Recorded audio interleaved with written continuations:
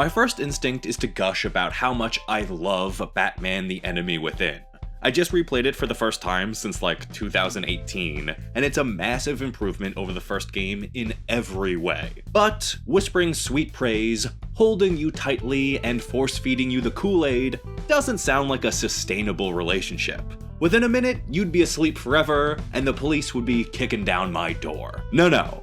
Despite my love for Telltale's second crack at the Caped Crusader, there is one element that is superior to all others: the villains. I think Telltale's villain adaptations were some of the strongest parts of Season 1, but you can multiply my praise for them by 100 for all the villains in Season 2. These characters are so unique to this universe, and so well realized to fit within the broader context of the story. So, without further ado, let's take a deep dive into each one of them. Starting off with the silliest named man of all, Edward Ligma. The story picks up in media res, with Bruce on a little James Bond mission in a casino, talking to Alfred in his ear, casually telling babes to wait outside for him to come bang them. Everything's going perfect, until the ripe old Riddler arrives. This ain't your daddy's Riddler, it's Bruce Wayne's daddy's Riddler. One of the most important pieces of information we get right away about this weirdo is that he used to operate in Gotham during the Thomas Wayne crime lord days. He was Gotham's first costumed criminal. Establishing this was a smart move, since the Riddler's reputation gives each of Batman's allies something to say, sets the stakes of the conflict from the jump, and brings in a third-party force, Amanda Waller and her agency, who are prepared to deal with Riddler and clash with Gordon and Batman's recently solidified partnership. This interpretation of Riddler is very different from the versions I'm used to. This isn't the spandex Jim Carrey take, the wimpy man-behind-the-scenes Arkham take. It isn't even the socially awkward and grounded Paul Dano take. If I had to compare him to anything, it would actually be Heath Ledger's Joker. The execution of his schemes may be more cartoony, with portable death traps, but his attitude toward authority and enjoyment of extreme violence, even his rapport with Batman, serving as a foil and pushing him to break his code, is very Ledger. So the hunt for Riddler begins.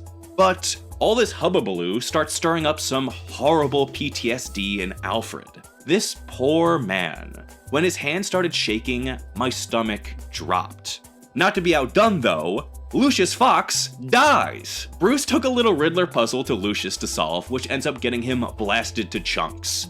Really surprising, but at the same time, I get it. Does Batman really need the help of two oldies? Nolan's trilogy handled that pretty well already, and it was an inspired decision to take Lucius off the board, since it makes the hunt for the Riddler personal, for more than just Bruce and Alfred. Everyone wants a piece of this loon, but not to worry, Batman and Commissioner Gordon discover his secret hideout, and it's a trap. I love this level so much. Firstly, Riddler's use of death traps/puzzles is such a good way to visualize his gimmick. I know it's not unique to this interpretation, but Telltale handles it really well, and I enjoy it all the same. Secondly, the Gordon and Batman relationship in this first episode is perfect. Telltale showed restraint in the first game, and that paid off here. Having them locked in Riddler's lair and forced to solve a mystery together is so fun, and shows this iconic partnership in action, before it gets soured and kinda ruined later. Long story short, Riddler has some fun with monkeys, tries to bug zap Batman, and it turns out he's planning on blowing up all the agency agents in Gotham. What an insane plan that I love. He hates the agency so much, each of them are getting a personalized missile to the face. So, Batman's gotta stop him in a climactic showdown, which brings me to the most interesting thing about this Riddler: his relationship with Batman. I really appreciated what the story was going for, but I don't think it quite hits the mark. Riddler serves as this dark reflection of Batman. Allusions to their shared role as masked men in Gotham are made over and over again. Batman's heroic beliefs make Riddler cynically scoff at his naivete. And, in their final confrontation, Riddler reformats his entire plan to gleefully force Batman into an impossible choice, pushing him to the edge of his code, which Riddler perceives as Batman's greatest weakness. But then, Riddler dies, and that's kinda that. It felt like there was something interesting brewing between them that never really got a chance to come to the surface. Maybe if the game had more time with Riddler, it could have gone somewhere interesting. More information is pumped out across the course of the game. We find out that the Riddler wasn't always this nuts. He went crazy from his work at the agency. Catwoman genuinely considered Riddler a close friend. There is something there, but the game needed to go one more step with Riddler. Personally, I think his reputation from the good old days should have been that he was Gotham's first masked vigilante. He was Batman before Batman in the days of Thomas Wayne. Now he's back as a disturbed serial killer. Having that hanging over Batman's head throughout this game would have made Riddler resonate in the long term as a possible future for Bruce or John Doe. And I think that's what the game may have been going for, but it just never stuck the landing, and Riddler ends up feeling more like a plot device than a character throughout the rest of the story. With that said, the Riddler's unexpected assassination ends episode 1, and episode 2 sees one of my favorite versions of Harleen Quiznos step into the octagon. Now, you can't talk about Harley without briefly talking about John Doe. One of the core features of this game is the influence the player exerts over his character arc.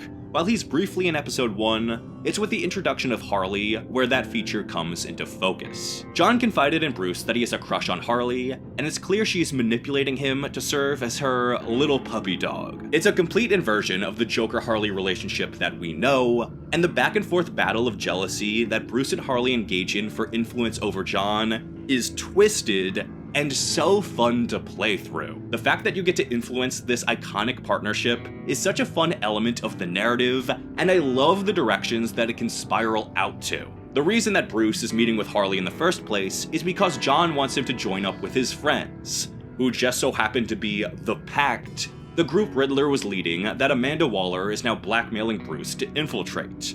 What could possibly go wrong? Welp, Harley isn't convinced of Bruce's loyalty, and puts him through a bit of a gauntlet. I can see a criticism of this take on Harley being that she's just a gender-swapped Joker, and while I agree she's far more Joker-esque than her usual portrayals, the game does enough to distinguish her as her own character. For instance, when Harley is forcing Bruce to break into his own company, this sequence is less Joker and more Joe Pesci from Goodfellas. She's an unhinged maniac, but more in a mafioso style. The accent helps, but just replay that scene in the elevator when Harley confronts Regina What's-Her-Face. It's got the same vibes as... I'm funny how? I mean funny like I'm a clown, I amuse you?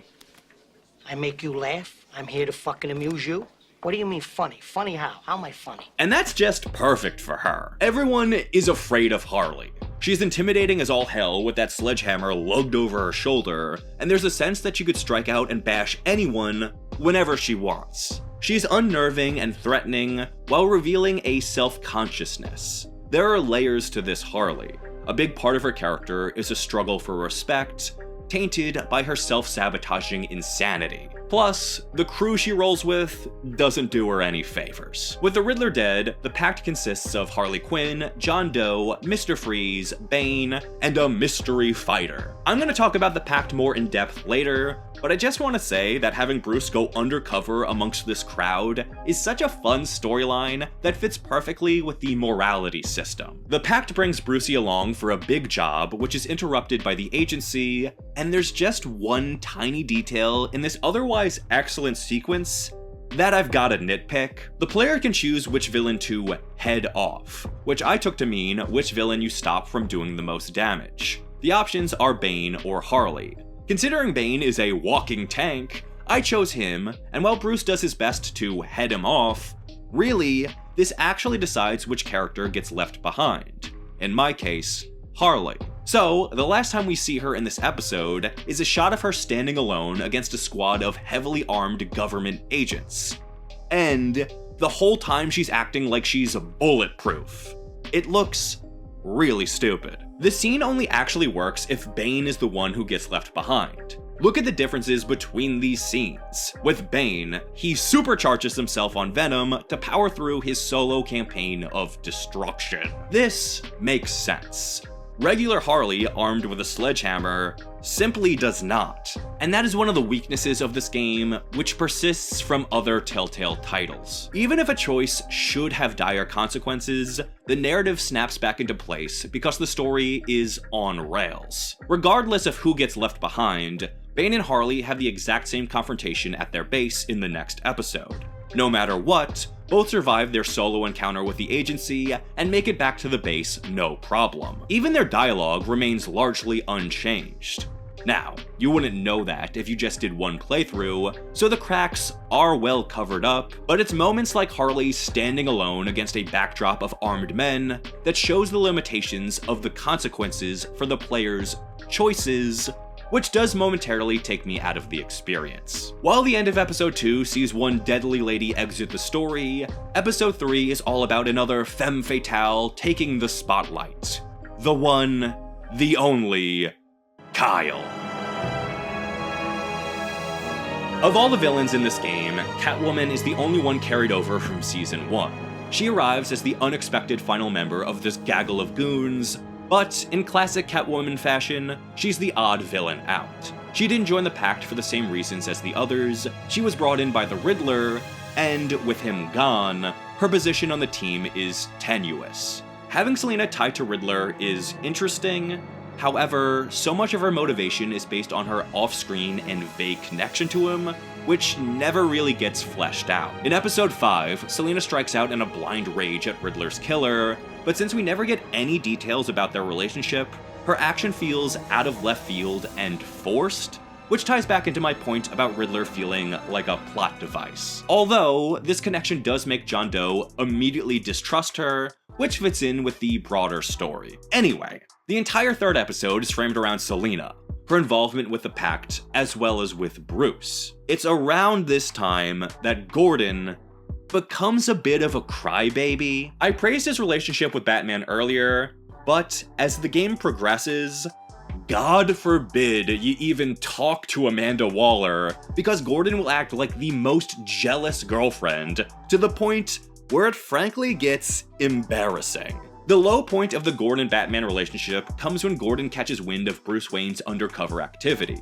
He assumes he's a criminal, and even when Batman tells him it's not how he looks, he lashes out at Batman by going after Catwoman. Despite the fact that it just feels off, Gordon would assume the worst of Bruce given their relationship in the previous game, this spiteful jealousy doesn't go well with the trench coat and mustache. Because Batman won't immediately bust Bruce, Gordon snaps that he's going after his girlfriend. So fucking lame, dude. Like, I get what they're going for with Gordon, but I really think this was completely out of character, and he crossed a line he can't really go back from. But this leaves the player with a choice: whether or not to warn Catwoman about the GCPD. If you do warn her, Batman and Catwoman have a little rooftop rendezvous. If you don't, a bandaged Selina confronts Bruce in the manor. Either way, the conversation revolves around materials needed for the Riddler investigation, and of course, their feelings for each other. Given how strange Selina's exit was from the previous game, this was an interesting choice. In Season 1, the story pretty much said Selina was playing Bruce from the start, but now she's done a full 180, and it's clear she does want a relationship with him, but only if Bruce can admit that he wants her help. I thought that was a bit surprising, but then I took a step back. A large part of this game is a story about allies and the choice to work alone or not. There's Lucius, Gordon, Vigilante Joker, Vigilante Tiffany, Catwoman, and even Alfred's ultimatum at the end. In a way, the whole story is just a bunch of people fighting over being Batman's friend. Some just do it with a little more grace than others. You can refuse to give Selina the time of day, or you can end up in a relationship with her where she comes to the Batcave and aids your investigation. I appreciated this distinct split in the narrative where Selina feels like she has the same motivation and feelings, whether the player chooses to trust her or not. Unfortunately, there's no press circle to bang scene this time around, but there is finally a scene with Alfred and Selina. It's not a huge deal. It was just a major oversight in the past game. So, thank you Telltale for rectifying perhaps your greatest sin. Despite the fact that you can begin dating Selina in this game, their relationship does fall to the wayside a bit and gets less focused than it did in season 1. I'm happy to see Catwoman as always, but I do think she's ultimately less interesting this go around and feels a bit tacked on since she doesn't really matter too much outside of this episode. With Selina's time in the spotlight coming to an end, let's give some love to the villains who've been working in the background this entire time. Yeah, I'm cheating a little bit with this one, but to be fair, these two forces are deeply connected. First off, let me just praise this take on Waller. She's been around since Riddler's introduction, and this game knows exactly what to do with her. She serves as a great adversary within law enforcement now that Gordon is a full-blown bad ally. Her agency is a significant force, and her presence is felt in nearly every decision the player has to make. Hell, she completely ruins Gordon's life. She's a stone-cold bitch who forms the Suicide Squad and blackmails Batman with his identity. But the best decision with Waller was actually making her a good guy. She could have easily been a straight-up villain, but she's morally gray with a just-ish purpose. It makes sense why Gordon doesn't like her, it makes sense why the player might not like her, but she's the ultimate embodiment of the ends justify the means, and that fits into Bruce's use of John. In a way, Waller is to Bruce what Bruce is to John. It ties in thematically, and she was an inspired choice to include in this game, all about morally questionable decisions. The real crossroads for Waller comes in episode 4, when the connection between her and the Pact comes to light. Before getting into that, we can't go one more step without talking about Bane and Mr. Freeze. The introduction to Bane was so good. Perfect macho beefy fight, followed by a quick ass whooping. His personality in this game is rock solid. He's not really the genius he's often depicted as in the comics, but he fits as the muscle and supplier of goons. And the way Venom is incorporated is badass as all hell. Then there's Freeze. There's not too much to say about him, which is kind of disappointing. They make him psychotic and brutal, cold in every way, but something just never clicked about him. I don't care for his design or the way he uses his powers. His connection to Nora is as shallow as it could be, and ultimately, he has nothing to do. Like, he gets overheated and isn't even able to be part of the Suicide Squad.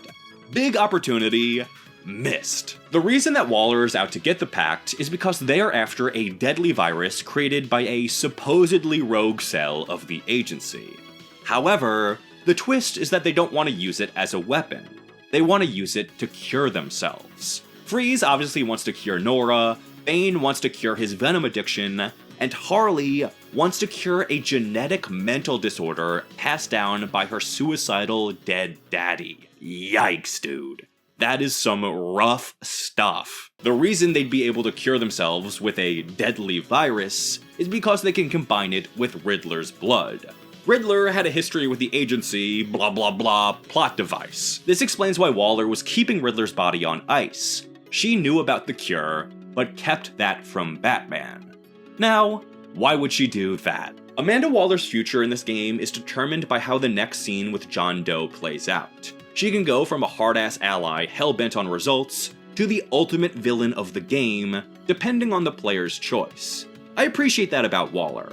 Even though she's less focused on the Joker, her interactions with Bruce and the larger Gotham cast determine just how villainous she turns out. Which brings me to the incident that prompts the ultimate decision the game has been building toward.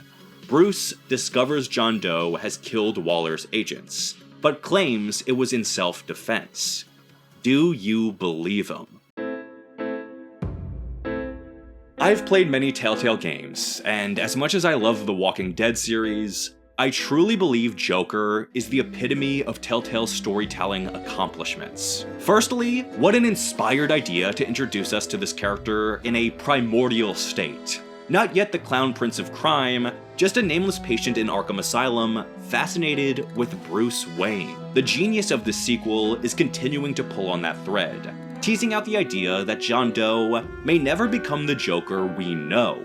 That's up for the player to decide. And I've gotta hand it to Telltale. While I'm gonna discuss episode 5, Really, there are two completely different episode 5s to talk about. There's largely no overlap in setting or character action between the two alternative realities, and even within each, there is plenty of variation. This is all due to the decision the player makes regarding a character so expertly intertwined within this narrative, and of course the greater Batman mythos, which makes these outcomes so interesting to set in motion.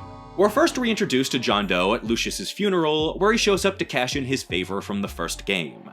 He desperately wants Bruce to meet his friends, and reveals he hates the Riddler because he's rude. Bruce jumps at the chance to use him for more information, and thus, the journey of influencing John Doe begins. So, what's Telltale's interpretation of a pre-Joker Joker?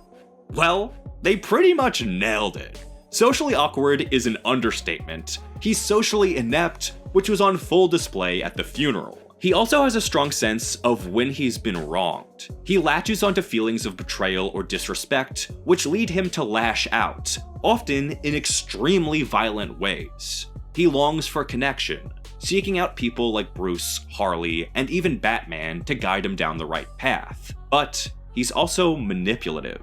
We see glimpses of him leading self-help groups populated by his once and future goons. We know he's more clever than he lets on, picking up on details others often overlook. And of course, he's got a twisted sense of humor. If you want a perfect encapsulation of who John Doe is, replay the Hacienda scene from episode 2.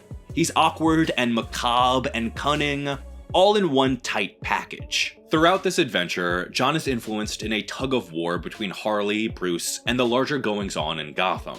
After the Pact's mission fails, John seeks out Harley for Bruce, and we find ourselves back at this grisly scene. Here, John confesses that he knows more than he's been letting on.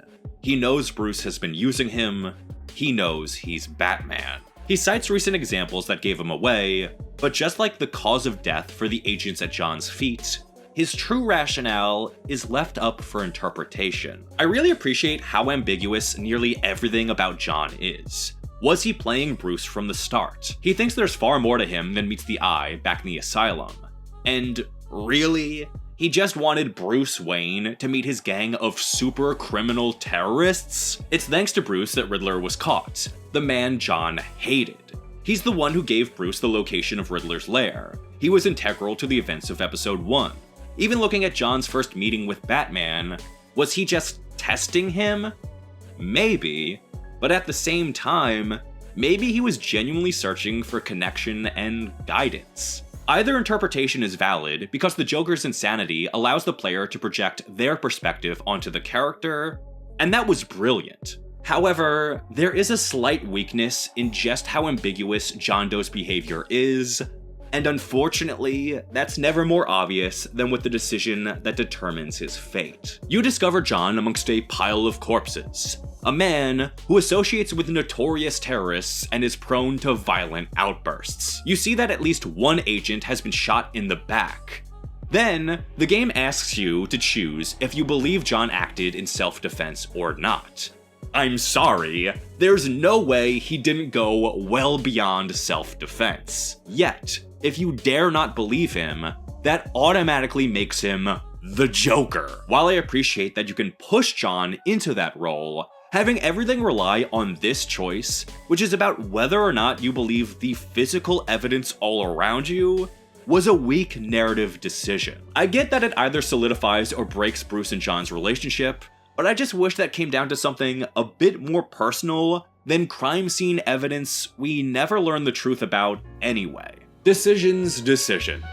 One choice leads to John becoming a Batman-inspired, misguided vigilante, while the other creates the iconic villain we know and love, out to destroy Bruce Wayne's life. I won't get into the specifics of each ending since things can go many different ways, but the broad strokes are this. In the vigilante ending, Joker kidnaps Waller and is going to execute her. In the villain ending, Joker and Harley hold the city hostage while hosting the worst dinner party ever to poison Bruce's relationships with those he cares for. Either way, I love how Joker ends up enacting a demented scheme Batman needs to stop. His intentions are different, but he's just as extreme and disconnected from reality, all while trying to nurture a relationship with Bruce or Batman. It really takes advantage of Telltale's take on the dual identity of their titular character. The game boils down to showing Joker your true self.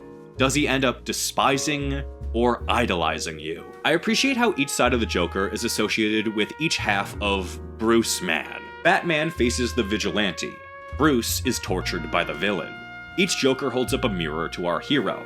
Batman's influence drives John mad. In the face of Waller's underhanded dealings, Joker is unable to stick to Batman's code and wants to enact a violent and vengeful brand of justice against her. Even in his quest to become a hero, the hypocrisy he sees pushes him to view Batman as not up to the job. He presents the cracks in Batman's mission, demonstrating the tightrope walk it takes just to keep sane. Bruce's soured friendship with John drives him into a spiteful, hate-fueled quest to become the ultimate villain, exposing the horrible relationships Bruce has fostered. First, he essentially forced Gordon to turn Batman in, then he has Bruce arrive at just the right moment to see Selina choose her freedom over his. Next up, he reveals that Tiffany is the one who actually killed the Riddler, so Batman would be forced to turn her in. And finally, he even loops Alfred into the mix for a demented game of Never Have I Ever. This is all very Scott Snyder, Death of the Family vibes, and I appreciate the hell out of it. I have never encountered a character like Telltale's Joker. It isn't just that he's an antagonist shaped by the decisions of the protagonist, it's that he's shaped by you. Every time the "John will remember that" icon popped up on screen, I felt something turn in my stomach. I hoped that it was a good outcome, and as my game spiraled into madness, I found myself constantly wishing I had made different decisions to better influence John Doe. That's brilliant. That is unlike anything I have ever experienced. While the writing, voice acting, character design, etc. were all on point, it's that extra little oomph of having the player actively make choices that influence the inevitable tragic downfall of such an original take on an iconic character that delivers something truly special. Batman: The Enemy Within just works on every level. From gameplay innovations to performance improvements, I cannot be convinced the sequel isn't an overall upgrade deserving of its own sequel. But the thing that has always stood out to me about this game is how well it crafted its villains. Through inspired adaptations and excellent writing, their inclusion accomplished everything that Telltale was striving for. And I think that deserves a little praise. But what do you think? Which villain was your favorite, and which Joker ending do you prefer? Thanks so much for watching, and take care.